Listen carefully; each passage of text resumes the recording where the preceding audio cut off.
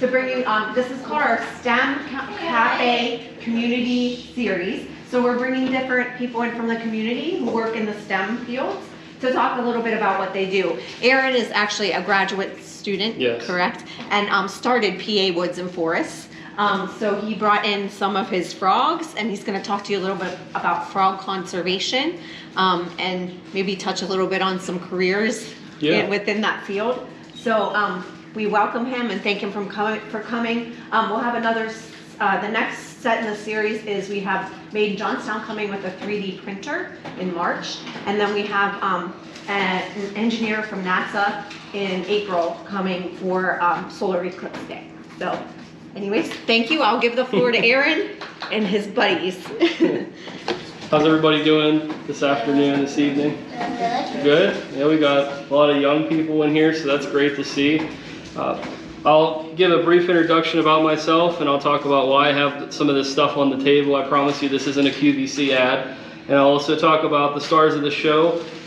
We do focus on frogs and toads. I know that's my favorite, but we also feature a lot of other creatures as well, with snails and pitcher plants, and millipedes are in here. There's all kinds of different creatures. So you'll get a chance to probably see the snails, but the way I usually do these talks is I don't usually allow like everybody to touch the animals, because we're dealing with really sensitive frogs. And if you have hand lotion on, or if you have soap on your hands, you can actually kill the frog very easily. So I just wanted to explain that. I will get her out and I will explain. A very fun frog with us, very rare, hard to find frog, and especially the sex of that frog. So you'll meet Melania in a little bit. But my name's Aaron Capoli, and I'm a graduate student at Indiana University of Pennsylvania. I'm also the founder of PA Woods and Forests. We started this before it was a nonprofit in 2019. I had the idea of just trying to get people interested in frogs and toads, and it really has transformed over the couple years that it's taken off since then, and it's been great. I don't know if anybody listened to the radio early this morning, but Casey O'Day gave us a shout out. We found the first frog of the season just a couple days ago. What was it, Tuesday? I think we found the first wood frog, and if you guys aren't aware of what a wood frog is, it's the very first animal, the first amphibian to come out to signify the spring. They start breeding, and then the rest of the frogs come out afterwards. So that's a big thing to find, especially in February. But I just wanted to kind of share that with you guys. I'm a graduate student in biology, so of course this is where I would want to spend my time, and why I'm going to school to work so hard to get my name out there and to work with these animals. There's a lot of different stuff that we do. Again, the conservation of amphibians and pollinators like bees and butterflies, and we have other creatures as well, some that are displayed on the table. But I wanted to play a little game with you guys first before we start. If you've been to a frog walk, a night presentation, guided night hike, and we do those. We have a lot of those on our website that we're going to be doing in this area and all kinds of other counties surrounding Johnstown. But anyway, we usually play this game to signify what we might find in the woods that night, to give you a head start, to listen for something that you might actually encounter. So I'd like to play some frog calls and see if anybody in here knows what they are, if you could identify those. This is another important part in this field if you want to learn how to work with frogs. You have to know what they sound like just to be able to encounter them or know where to find them. So we'll start with an easy one, probably one that most people are anxious to hear in the near future.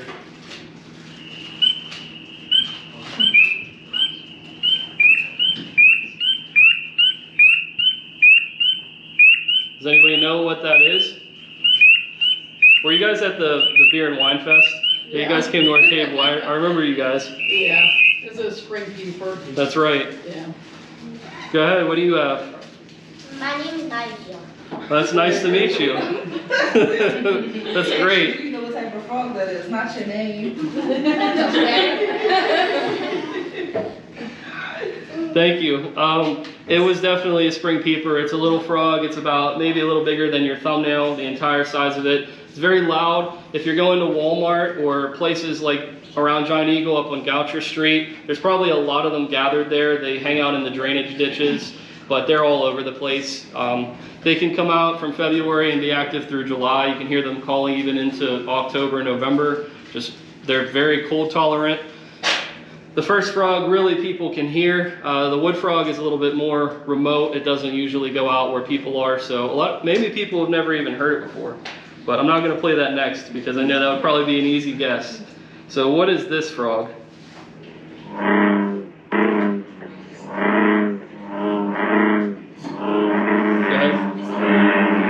It is a bullfrog. Yeah, very good. Have you seen bullfrogs in the area? Not me. No, I don't think so. I think I saw them out towards Lehigh Valley. Okay. Yeah. As I've been doing my studies, very interesting content about bullfrogs that I'm not sure anybody else here was aware of, because I don't think any of us were alive when this happened. Unless your birthday dates back to the early 1900s or the late 1800s. I actually found out that the American bullfrog was used for fishing bait, and it was a species that had declined to the point where the government thought it was going to possibly go extinct from Pennsylvania. So we are one of the few states, if not the only state, that has hunting limits on when we can actually consume, like gigging is hunting frogs. So they're actually still protected in the state. I'd say now they're doing very well. For those of you who watch your Jurassic Park, think of them as like the T-Rex. They're the dominant frog. They eat everything else.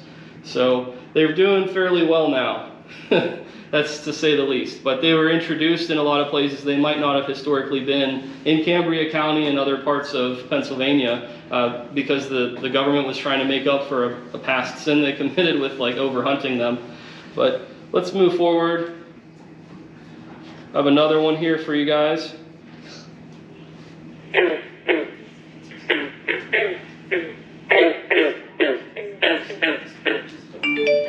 Oh, Domino's not today. Does anybody know? You know what it is?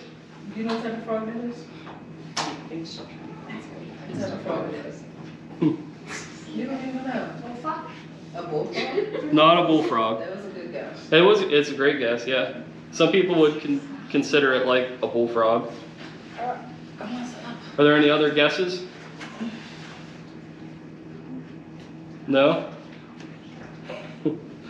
So this frog shares all of its habitat with the bullfrog. It's a very aquatic species. It's another carnivorous frog. It's moved in because other frogs have declined. It's the northern green frog. It's one of the few that you could actually say a color and be right. So it's pretty easy to name it. But it's found in the same locations, and it looks just like the bullfrog. But so I've got these snails. They're native to Pennsylvania. They're actually from Somerset County. And I've got this pitcher plant. The pitcher plant is also native to Somerset. It once lived out in the forest. Somebody had replanted it where its habitat was. Not this one specifically, but generations ago, they were removed from the mountaintop. So we're not exactly sure where it came from in Somerset, but as it was replanted and it survived for however many years, we believe it to be about 25 to 30 years old. This was replanted. Other plants, its peers, if you will, were replanted at Kimberly Run, and we were a big part of doing that. What makes it unique is it only lives in bogs, and it eats insects and salamanders, but it has a relationship with tree frogs especially, where it won't eat the frog, but it eats the frog's poop. Because where they live, there's no nutrients, so they got to get it somehow. And the frogs here are very hard to find in Somerset and Cambria. I'm doing a research paper at IUP, and nobody had ever documented them historically until 2021 when we started our projects. And I actually went out and found them in Cambria and Somerset. So now that we know they're there, how many of them are there, how abundant are they, and what's the quality of life where they live? So these are questions that I'm asking with the nonprofit, and we're trying to enhance their population. So that's why I have some of this stuff on the table, so that way I can do my job pretty well. This can tell a story from an aerial image perspective, so imagine seeing the whole backyard and the whole neighborhood in one picture. I mean, that's what this could do. This could showcase a whole area where these animals are found. So if there's deforestation or something's happening, we can detect that. We could showcase that. I use the binoculars. If these animals like Melania are up 50 to 70 feet up in the trees, or even just 20 feet, I can turn on the infrared and I can see her in the night vision. So that way I'd be able to know where the frogs are at, and this does record, which is also cool. I have a trail camera I had last year, but not this year because it's in the field right now. And I use the trail camera to get audio and also video footage of the frogs in habitats either that we created or habitats that they're native to. And that's just another method to showcase that these animals exist. And the reason why is because I could actually have something out in the field for like 50 days, 80 days. When I'm there for a couple hours in one night, it's going to continue to capture footage. And that could be really beneficial if we're looking for a unique species, or if we're trying to get audio or whatever, to know what's out there. So all of this stuff works together for our nonprofit. Like I said, a lot of the stuff that we're doing is the conservation of amphibians and pollinator insects like bees and moths and butterflies and different creatures like that. And I'll talk about the one that I'm actually going to bring out. So her name is Melania, and she is a rescued eastern gray tree frog. I have a state permit that allows me to care for some of these animals. Everything that I have is on my permit.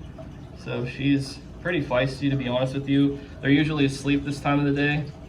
The last event she was at, she was bad, so I'm just keeping an eye on her because she tried to make an escape through the crowd.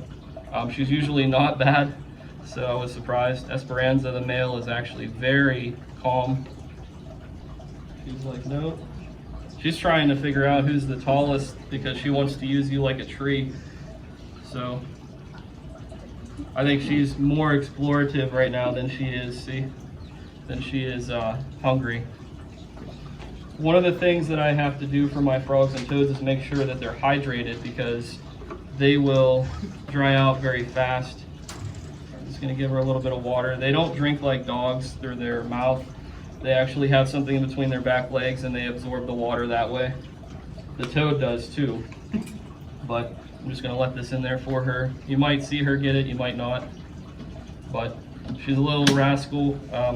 Again, surprised that she's willing to take those risks. Usually gray tree frogs are not erratic. They are willing to kind of explore a little bit, look around, and then make a decision, but she just, I think, wants to hop around.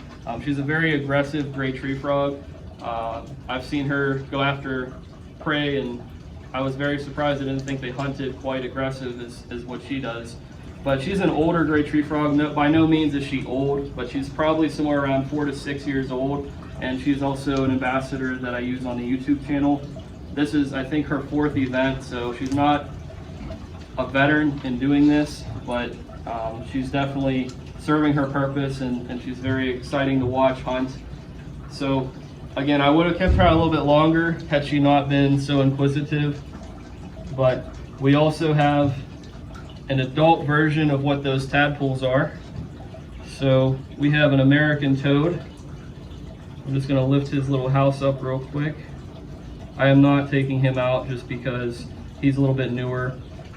As I told you guys, going out and doing road rescues, sometimes you encounter animals that are wounded or that look sick or something, and his eyes and his coloration looked really odd for an American toad. So I wasn't quite sure if there was something wrong with him or how he was. So for a little while he was a toad that we had as like a sick or like questionable intake. And as I've seen him and been feeding him and working with him, he's actually started growing on me, and I do have enough room for my permit, so he might actually, if he can survive the quarantine, become another ambassador and go on these rescues, or on these critter talks, I mean. But yeah, he's actually staring her down right now. I don't know if they're making eye contact or what, because frogs have 180-degree vision, frogs and toads. So it looks like he's very curious as to what she is. I doubt he's ever actually seen a gray tree frog. Again, because they're not very common in this area, Somerset or Cambria, and where he came from, I've been doing field work for about 5 years. We've never found them out there, never heard them.